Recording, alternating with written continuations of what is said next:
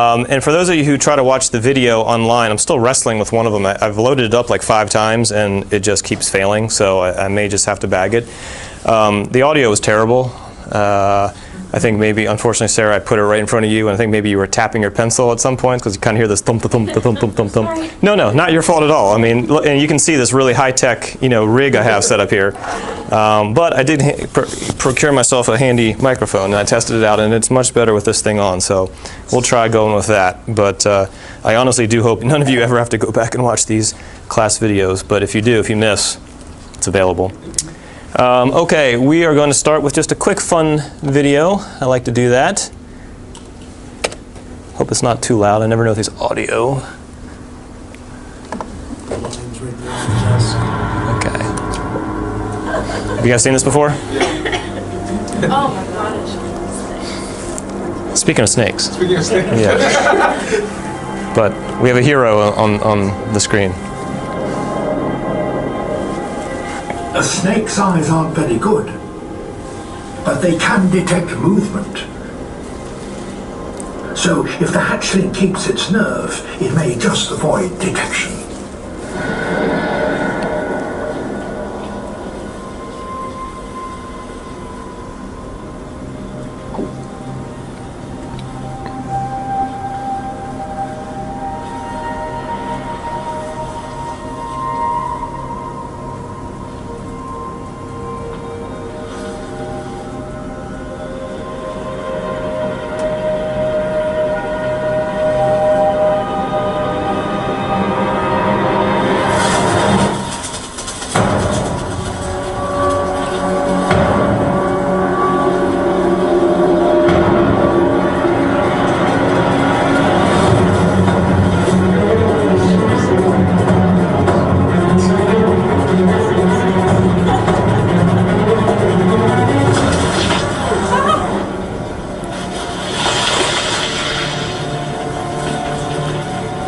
You can watch, Kennedy.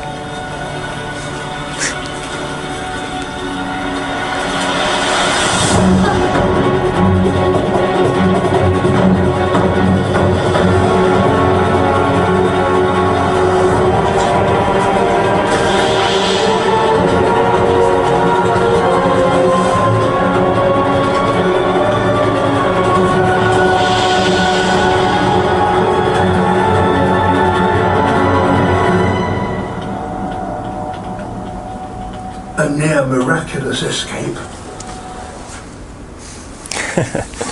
Sorry if that freaked you guys out.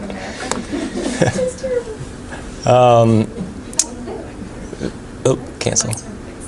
So that was a course, I think the Galapagos Islands, where you really get to see Mother Nature at work. And this was also shown to me in the context of a change program, and the point was trying to demonstrate how that little guy had to adapt. That his first strategy was to run along the beach, and that's when all the snakes came down on him. And then at a certain point he adapted and went up toward the rocks, actually got caught, luckily wiggled his way out, and then was able to scale up the rocks. And it was actually a great scene, I don't know if you saw it, where a snake sort of was leaping at him, and then it fell down through a crack or a hole in the formation. And the broader point, as was described to me, was just a little bit about, reiterating the old Darwinism about it's not the strong that survive, it's the ones who can adapt the most. And so in the context of an organization, I think the same thing is true. The more adaptable your organization is, the more likely it is to last. And we can go back and look at the companies that existed in 1950, and very few of them are still around. You can go back and look at 1980, and very few of them are around. You can even go back to 2005, and there's a whole lot of companies that aren't around anymore. And a little bit of that's due to, of course, mergers and acquisitions, but a lot of it is also due to not being able to adapt to their environment. So there are some terms that we're going to talk about today about being change ready or change resistant, or in some case, change absent. But I think a lot of times in nature, you can see that sometimes the the underdog is the one that comes ahead, and it's not because of their physical prowess or even their intelligence. It's more about their ability to adapt to their situation. So thought you guys would like that kind of a fun video. So let's talk about the young manager case.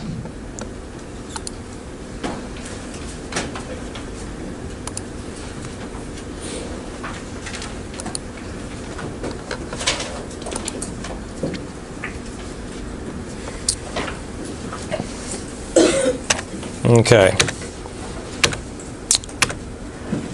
So I had some critical thinking questions for you guys to answer, and we'll just sort of open it up. And Julian, you sent me some answers. Thank you very much for doing that. But what do you guys think? Was Oliveira ready for this task, ready for this job? Definitely not. And how so? In what way? So, newly minted MBA, he really didn't have a whole lot of experience, especially not in a managerial capacity, it didn't seem like. You know, I think he learned a lot of things out of the textbook and in his classes, but there's a difference between academic application versus actually real world, working with people, working with teams. Yep. And I think that really showed when he came into the organization and thought that he would enact change, because I think, you know, the feedback that that he got at the end of the case, that he talked about how, you know, how can I, they had no respect for him, basically. So I think that showed in his working with the people. Yep. Yes. I actually had a differing opinion. Okay. So I thought he was right for the job. So to put someone who's in a leadership kind of development program in a very challenging store, typically that's done because management really sees that person as high potential. Yeah. And I also think kind of the struggles that he faced as a young manager are struggles that most young managers face. Like, from my personal experience, I was a young manager, and someone basically told me that they did not respect my leadership. But yet at the end of the day, I was able to perform because I was competent in that role, despite the fact that my direct reports initially really didn't understand the potential where I could lead the team. Why do you think they, or if you know for sure, or guess, why do you think they said that? I'll tell you exactly why. Yeah. When I came in, I was kind of like this guy, guns blazing, like, oh, I know what to do. Like, this is where I see the opportunity in. And my team was actually tenured. So I had been with the company for 4 years. My team had been with the company for 15 plus. And for them, they felt like I was trying to tell them what to do without respecting the knowledge that they had. And once I got some pretty upfront feedback about how they didn't respect me, I had to kind of step back, not to like jump forward, but I had to step back and say, you know what can I learn from them, or how can I get their input in terms of the direction of the team, so it can be much more collaborative, and then we can actually move things forward. It's going to be a reoccurring theme. We're going to do another case for next week. It's very similar. Young MBA or young smart person comes to a company that's well anchored and well established and tries to implement change, and there's pushback. So you know, and this course is taught to that level, right? I mean, this course is supposed to be taught toward people who are not CEOs and presidents, but middle managers. And one of the challenges is you're usually young, you're usually new to the company, maybe just new to the position, and you're dealing with a bunch of established employees. So you have to earn their respect somehow. So that's a good comment. What were the underlying reasons that this boss asked him to talk to this other guy, Douglas Fisher? He said, do you have any advice for me? He said, seek out Douglas Fisher, ask him. Why do you think Prado asked him to do that? It seemed like Douglas Fisher could have given him some insight on the team dynamics. Well, what did Fisher say? Fisher said, get to know your people. Don't, and he said something like, don't make the same mistakes I did, or don't fall in the same trap I got caught. Don't fall in the same trap I got. Yeah. Really So why do you think Prado gave him that advice? Prado said that. Go ahead. Oh, Prado's a personal development person. That was what they were talking about him, and I think part of his leadership development for Oliveira is to have him meet with other managers and learn from other younger managers like he is, and as he is encountering this big task in front of him. Well, maybe since Ivy's here, HR person, I mean, do you think it was that Prado suspected that he was going to run into this buzzsaw? That he knew he was putting him in a super challenging position, and so he wanted to almost give him a heads up, like, hey, don't go in there, guns blazing. That's how I interpreted it anyway. I mean, like, I've been in HR for 6 months. Yeah, fair enough, Yeah, fair yeah, enough. I'm still learning.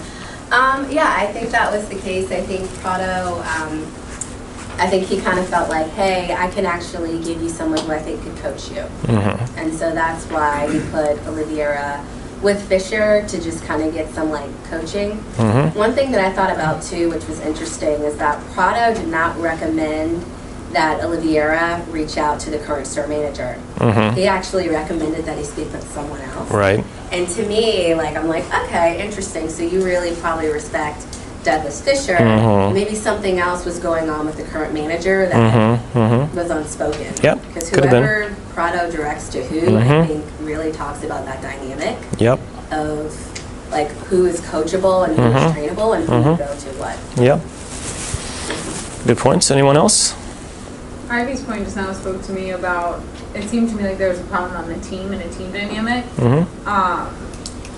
He, in my mind, was ready for the job. He was well prepared. He spent time getting to the team, getting to the store, showed he was hands-on. Anything he asked them to do, he led by example. I was impressed with him by manager, and I didn't think it was a bad thing that people left. To me, that would be a blessing to Yep. build a better team. Yeah, no, that's a good point. But what about this it's sort of a strange name. I guess this was a case. They just picked some funny name. Clothes and accessories. It's the worst name for a store ever. But clothes and accessories. I mean, they have this leadership development program. They took him out of school. They ran him through this course. He rotated around. He did the cash register, lifted boxes, was a department manager, and then they sort of throw him in there. So, I mean, do you think this is part of their strategy, that they want to just toss some of the best and the brightest at the biggest challenges and see what happens? Or did they say, hey, you know, this is a sinking ship and let's just put someone there and see what they can do? I mean, what do you guys think? No, I think it's not uncommon in a high potential development strategy to do this. You have really high potential folks and you've got tough nuts to crack, and you say, let them take a swing at it and see how they do. And if they knock it out of the park, you've got a real winner. I think that's probably why they didn't fire him. And the ship is already sinking, so they can't do too much more damage. I don't think too, if you're going to throw someone into a store and they're part of sort of a leadership development strategy, they have a network. So the thought is you kind of throw them in and they can utilize that network to help kind of coach them up and like work through that transition into a new role. For sure. I was just going to say, sometimes if a store is in a declining situation, the existing way of hiring managers and for the store manager position, maybe promoting from within or transferring another store manager from another store, sometimes it's still contributing to that continued decline. So bringing in a new, fresh manager with a new perspective, a high potential, to really help switch up the pace and all the things that are going on could really help the store get better again. No, I think my personal opinion is I think he was ready, as ready as any newly minted store manager could be. Obviously, this wasn't the easiest task for him to take on from the beginning. Put him in a medium performing store, and that would give him a bit more stability and maybe a bit more confidence, would give him a little bit more credibility, start showing some success somewhere. But you're right, you don't necessarily want to put a new person in charge of a really high performing store. That's a risk, because your real high performing store is the one that generates a lot of your profit. So if you mess that one up, you got big trouble. If you put them in a low performing store and they mess that up, oh well, it's already a low performing store. There's probably a happy middle ground somewhere. But no, I think he on paper was the right person, had the right training, had a network, was given some advice. I would argue that maybe he didn't go about the change program in the best way. So, just a little bit out loud, what were some of the changes that he should implement? Well, case, the information it provided made it hard to say for sure what changes he should have implemented. And I think that his failure to listen to Fisher's advice kind of kept him from finding out what changes he could have started with. Mm-hmm. So I think he looked at some of the obvious things like, oh, the mannequins need to be redressed. Mm-hmm. You know, kind of some of the more superficial issues versus, I mean, so his attempt to getting to know the people were, what's your name, what's your role, how long have you been here? And that's not really getting to know someone. I also thought about culture. So I'm not familiar with the culture in Brazil, but I know times before when I've had to do like international travel, my company will make me take like a cultural awareness class so that you can hopefully have a more productive,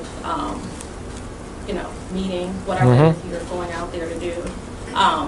That's really important, by the way. Yeah. So, for instance, like people in China, they're not very receptive to the American business style of approach, where let's get as much done in as little amount of time as possible. They're all about building relationships. So Yep. a typical American will feel like they are wasting a tremendous amount of time trying to make that person feel, a certain way.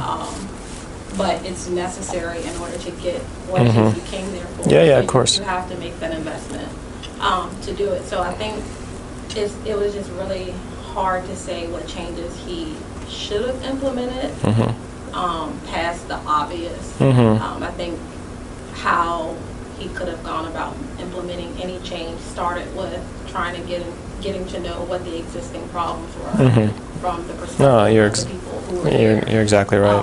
Whether it was right or wrong, just kind of trying to really build that relationship and getting them to know and understand the culture and the dynamic that he had. No, totally agree. Jason. Kind of piggybacking off of that, it seemed like he was really focused on the things you could see. So, the mannequin didn't have any accessories.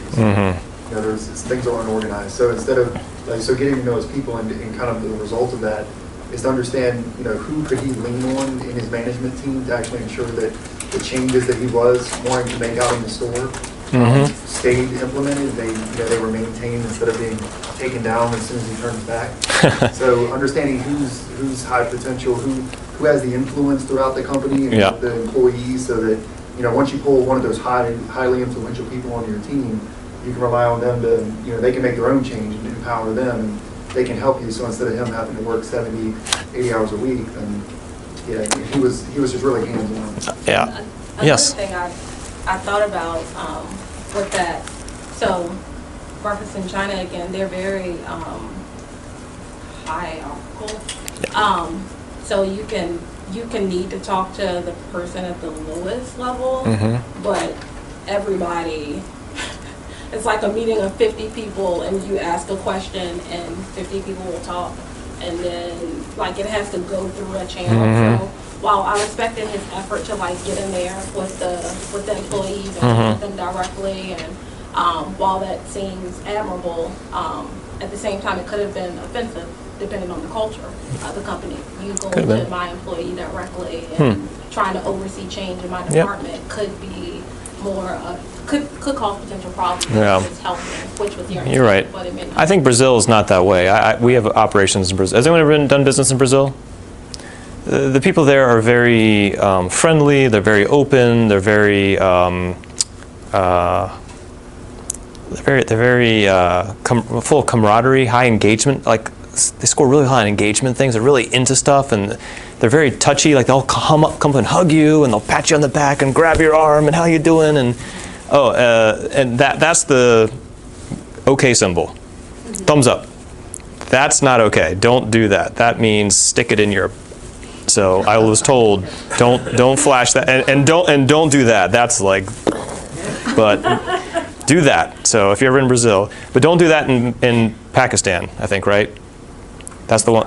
That means the same thing as that up yours. So yeah, it's really important to get these cultural trainings. You find out the hard way sometimes. Who had something? Yes. I think he should have considered, so everybody's been in their role for a long time. He should have considered maybe moving people. Okay, yeah. So that if they were doing something new, they weren't so invested in the way they've been doing it forever. And he might get more buy-in. Sure. Might be some more That's a great idea. Hadn't thought of that. That's a good idea, yeah.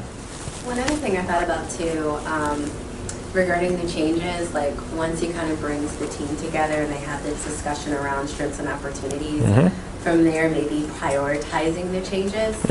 Because I think from like a leading change perspective, if there's only like one big thing that you want people to do differently, they're more likely to do it as opposed to having like 3 or 4 different things.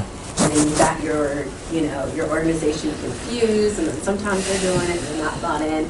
If maybe he prioritized that one big thing, that 2 big thing that they think will probably drive the business or get better results, that's probably where they should start. Sure. Well, but isn't the point then he didn't really have that conversation at all? He didn't have it. Yeah. Right? And that's a little bit about what we'll call getting short-term wins.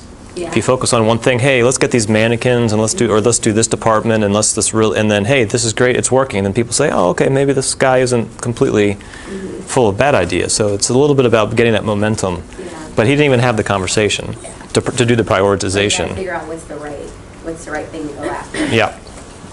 All right. So I think we've kind of gone through this. So here's some of my questions, and we've touched on them. Did he take enough time before he started to implement his ideas? No. Definitely not.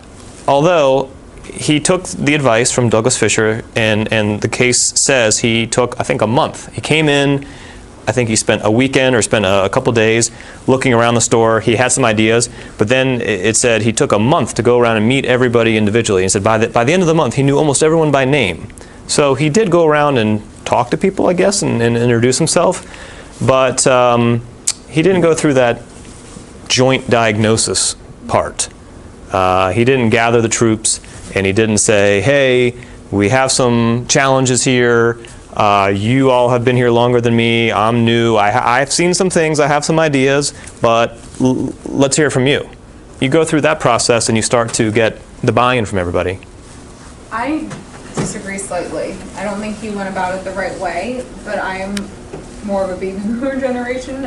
If my manager tells me to do something, I'm doing it. Whether I want to or not. There is no, I'm not going to do it when you're not looking.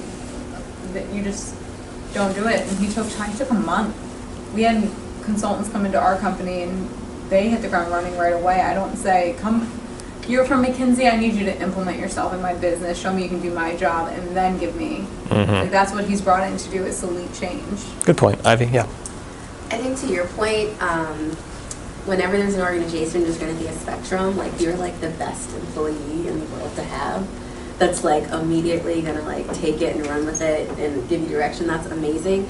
But I think you've got folks on either end. You've got people super duper engaged, and then you have people who are like not engaged at all. Don't you get rid of the not engaged? You want to, but sometimes from an HR perspective, you can't let them go, right? They haven't done anything from an HR perspective to say you can be fired. There's so many legal constraints on firing someone that like... That's why I don't Go ahead. Like, no. It's so hard to... It's so hard to fire someone. So you have like people super engaged, people not engaged. So you have to kind of like figure out how to get to each person. So one thing I was going to add to your comment about thinking about the strengths and opportunities of the business, also understanding the strengths and opportunities of the folks. So like if you've been there for 15 years, like what do you think you do really well at your job? Where do you feel like you need help? Do you think I can help you? And then you start sort of figuring out that in your team. You're able to be much more strategic and dynamic about how you influence. That I think you're more likely to implement your change. Well, any good company will have a people strategy, right? You know, you start to know what someone's ambitions are, what their strengths are. Are they movable? Will they be willing to relocate? The great companies. I think I was reading an article about Honeywell or GE, and they said they literally have a database. And if they say, hey, we need an electrical engineer who is able to relocate overseas, and they just sort of type it up, and they have 7 people, and then they contact those 7 people, and so, you know, I mean, you can get pretty advanced with this type of thing, and it's important, but you have to do a lot of the upfront work.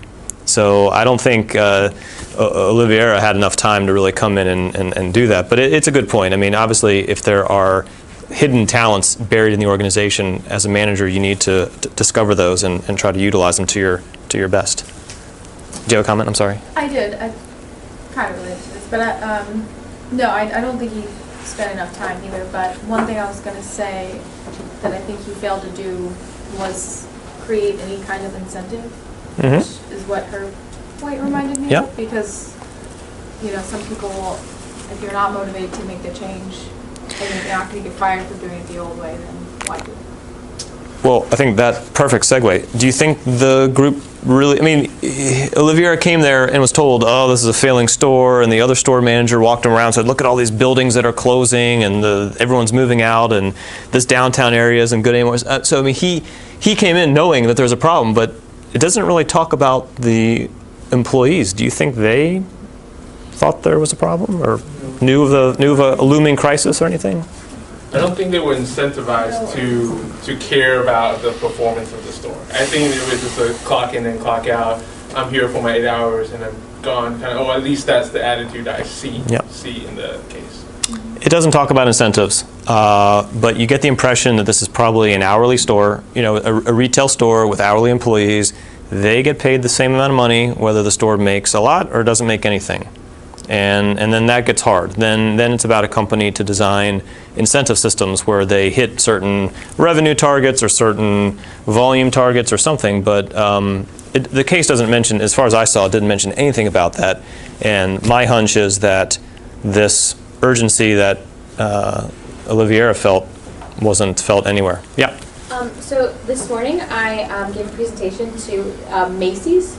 And I didn't know what I was walking into, but I was walking into like their morning hurrah, and it was like met at the jewelry counter, and it was like clearly like a person or two from each department all ready to like go on their day, and the person was like giving updates before they introduced me, and they were talking about, what are we gonna do today? And everyone's like, make magic, and I'm like, where am I?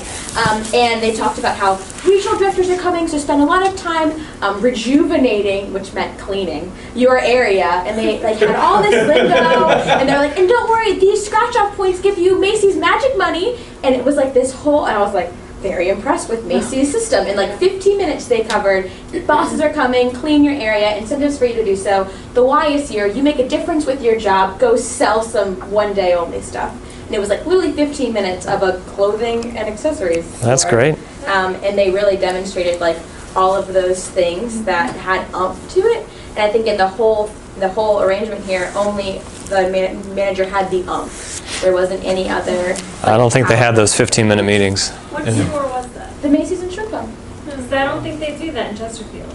Because the Chesterfield Town Center Macy's is not rejuvenating. Well, apparently they have the biggest conference room in the district. So because of that's the whole reason. Oh, wow. Like regional directors come and meet there in their conference room. So they get like important people, like, we see you, you are noticed, there's a spotlight on you. Whereas these guys were like, oh, it's all external reasons, it's not our fault, it's other reasons why we're not performing. And the only spotlight that was on them was him. And when he went to share with all the team, he didn't even say anything. He like didn't even want to bring the spotlight to where he was. Which maybe if he said, hey, I'm about to go report out on us, like, you want to see what I'm going to say? Like, even that, like, including like implementation of the other members into the bigger picture would have been nice. That's neat. Thanks. I almost wonder if some of the people in clothes and accessories actually did know that there was a problem, but they felt like they were so voiceless that even if they had a solution, there was nothing that could be done. A lot of times people leave the organization because they feel like they have no value. And especially people who are tenured, they may feel like, I've been doing this job really well, I've gotten to this position, I know what the issue is, but no one asked for my input. And now you've just brought someone else in, and I've been doing this job for a Well, long time. did you guys read this chapter on the car chapter? I think there was something about that in there too, right? Yeah, Oh, we could have done this a long time ago, but no one ever asked us for Yeah, it. it's like I have great solutions, but now you've asked someone else to come in, so at this point, I'm done. And they really could have known there was a problem, but they felt like their input didn't matter. I think you find that in a lot of organizations, Yeah. not just failing ones, even successful ones. So that's not unusual. So again, these are just my comments. Did he involve his team in brainstorming? Doesn't seem like it. At least it doesn't touch on it. He did have a meeting. He unveiled his plan, and then he went about executing it himself, essentially. But did he talk to his employees at all about what did the Macy's people say? You know, you make magic, or yeah. I mean, I don't think there's a lot of magic tossing around in clothes and accessories. So that was one of my key insights, was that you know, he came in, he observed, he presented it to the team as a one-sided plan. Here's my plan. Boom. They half-heartedly went out and executed it. And then, I mean, the story exaggerates it. They say as soon as he turned his back, they literally undid all the mannequins. I mean, it's not like that, but it probably just didn't get rejuvenated. Just kind of, you know, after a couple days, it just sort of became blah. And then he got frustrated, so then he took it upon himself. And I'll tell you, employees, especially hourly type employees, if they see the manager or the boss doing all the work, they'll just sit back and say, hey, this is great. Boss is doing all the work. I don't need, that's one less thing I need to do. I mean, we've had that at our company where the supervisors come in and clean up the area after the hourlies and do some things, and so then the hourlies just say, well, we don't need to clean up, the supervisor does it every day. So that's a dangerous thing. You know, that was a real mistake, just trying to do it all himself. Also, if you read, he didn't use we a lot. He talked about I and my, but he didn't put forth this, incorporate them. You know, he's now their manager. He's their leader. He's part of their team. This store in the city. I forget the name of the city, but it was really more that he came in. He was the outsider, and that those subtle little changes in words. People pick up on that, and he didn't do a good job of that. And then, of course, the conversation.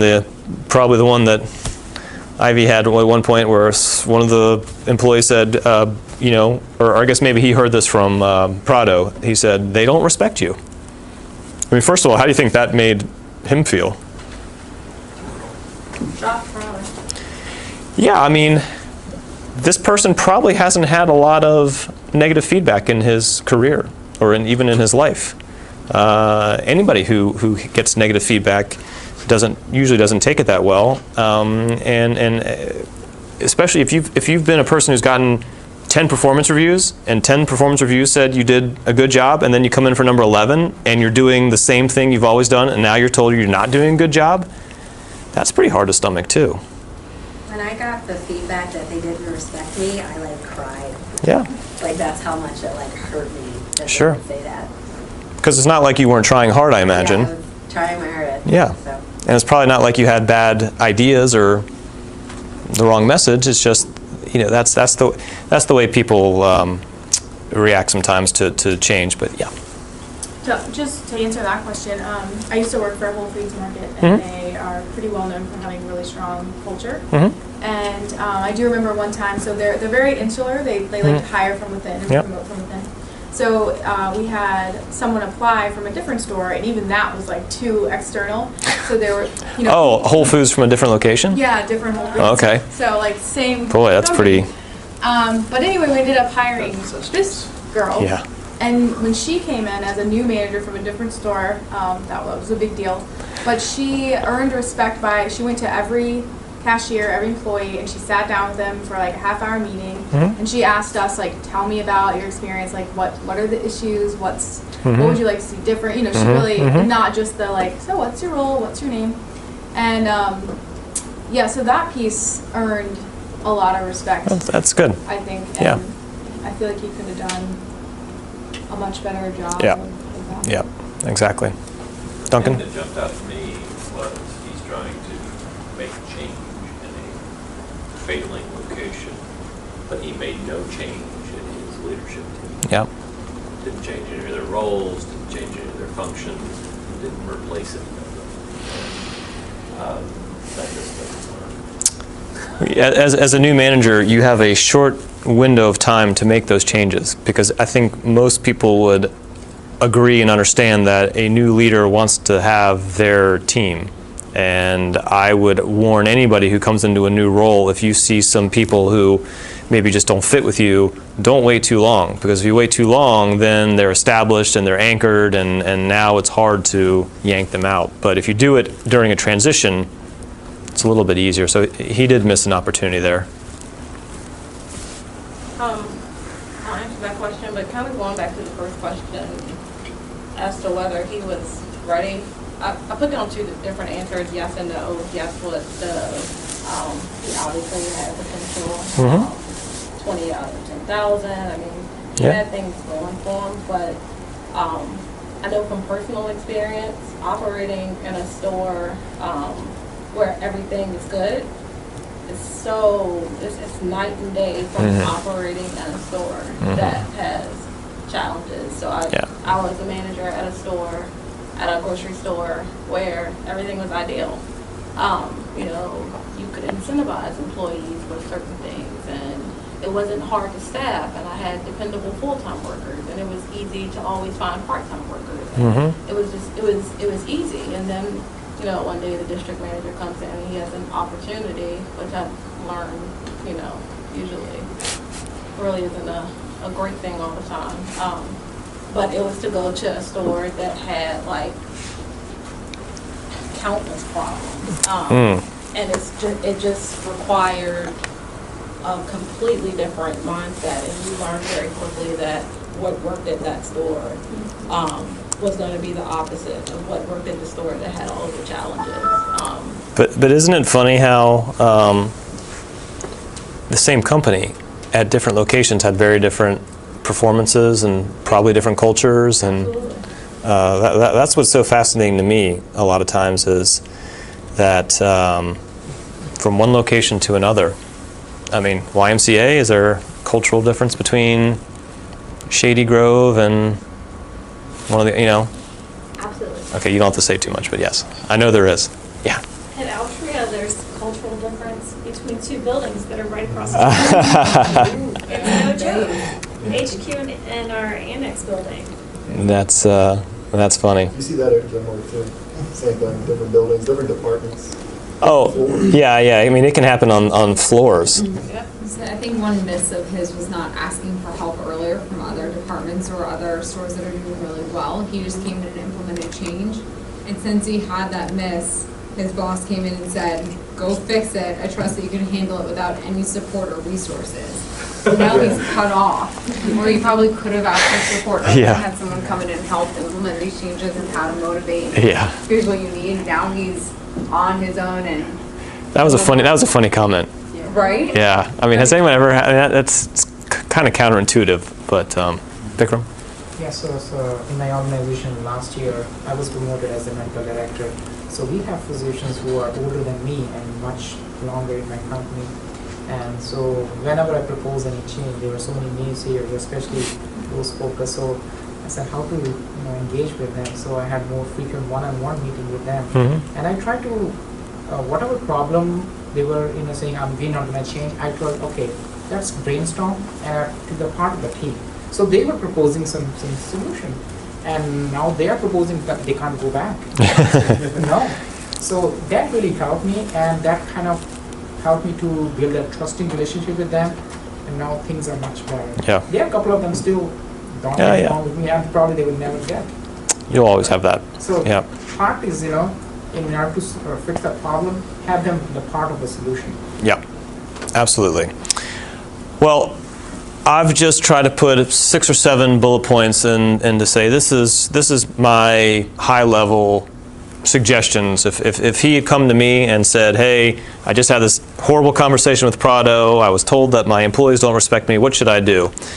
I would have said, get some alignment with the whole team. Make sure they understand the urgency. Get everyone on the same page, because some people there might realize there's a critical situation. Other people there may be completely clueless. So number one, get everyone on the same page. And you've got to instill a little bit of that burning platform and that urgency. Change, you know, the change process is really a function of how critical it is. If the future state isn't that much different or better than the current state, change is very hard to push through.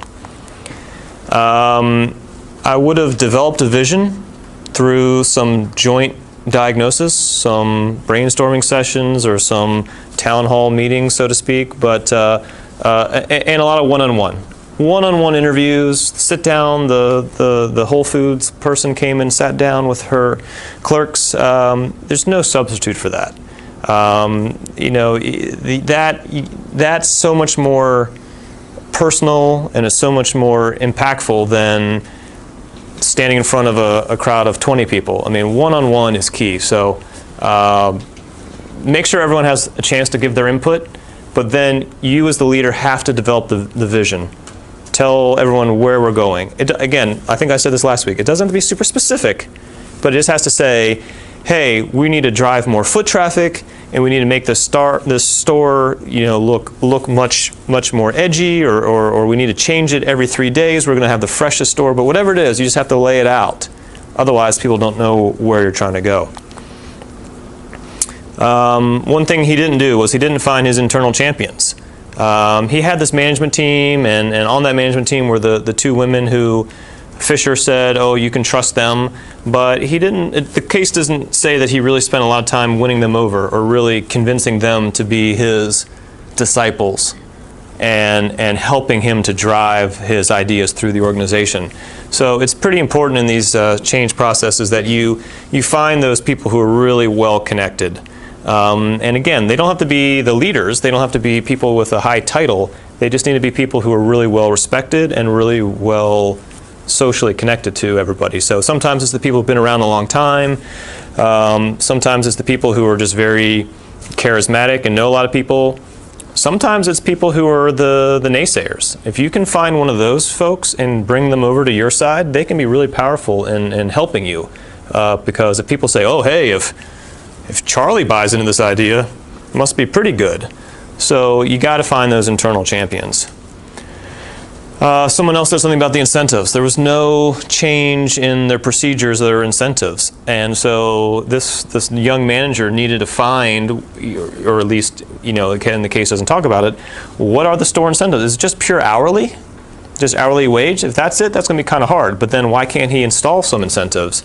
Or find the procedures? You know, there was, in the car book, there was a lot of talk about procedures, about in order to get something past something, it has to go through a mandatory 6-month testing or review, and you know, that contributed to things being slow. He needed to discover what are those elements that are slowing down any sort of a change, and then try to get rid of them or try to change them so that they promote what he's trying to accomplish. And then I would say, you know, start small. Start with one department or start with one initiative, is what Ivy said.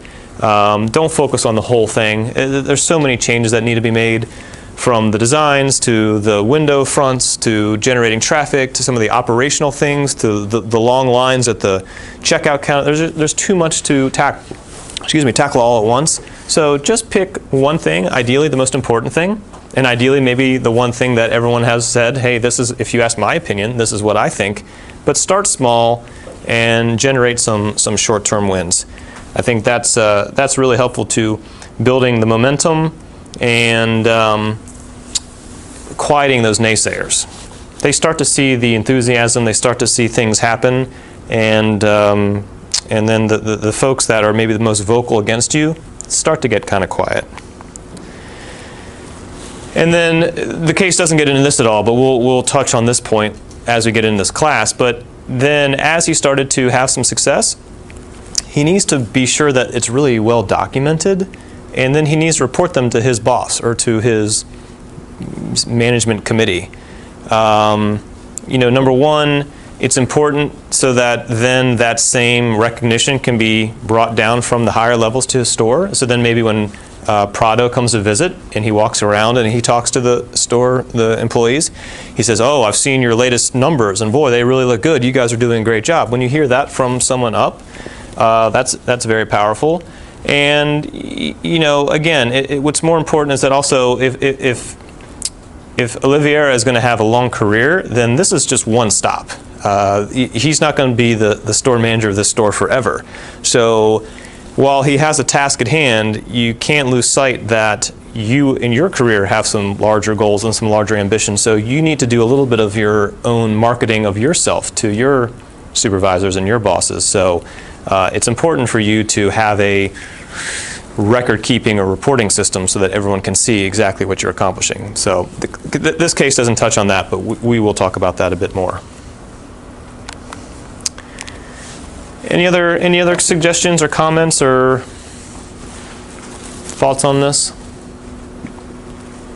There's no right or wrong answers in those questions. It was really more just to test you a little bit on how you think about it and how you would diagnose it. I mean, that's one of the key elements in this class is having to diagnose a problem. I mean, if you think very naively, you might read the case and say, hey, he did a pretty good job, right? He took a whole month, he waited a whole month, he talked to every single employee, he learned all their names, he worked really hard.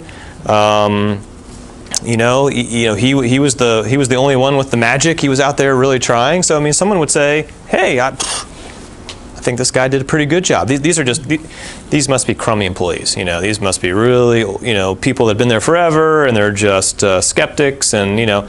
But if you think about it more, you know, more strategically, he did make some errors, some common things about really getting to know people, about including everyone, seeking out their voices.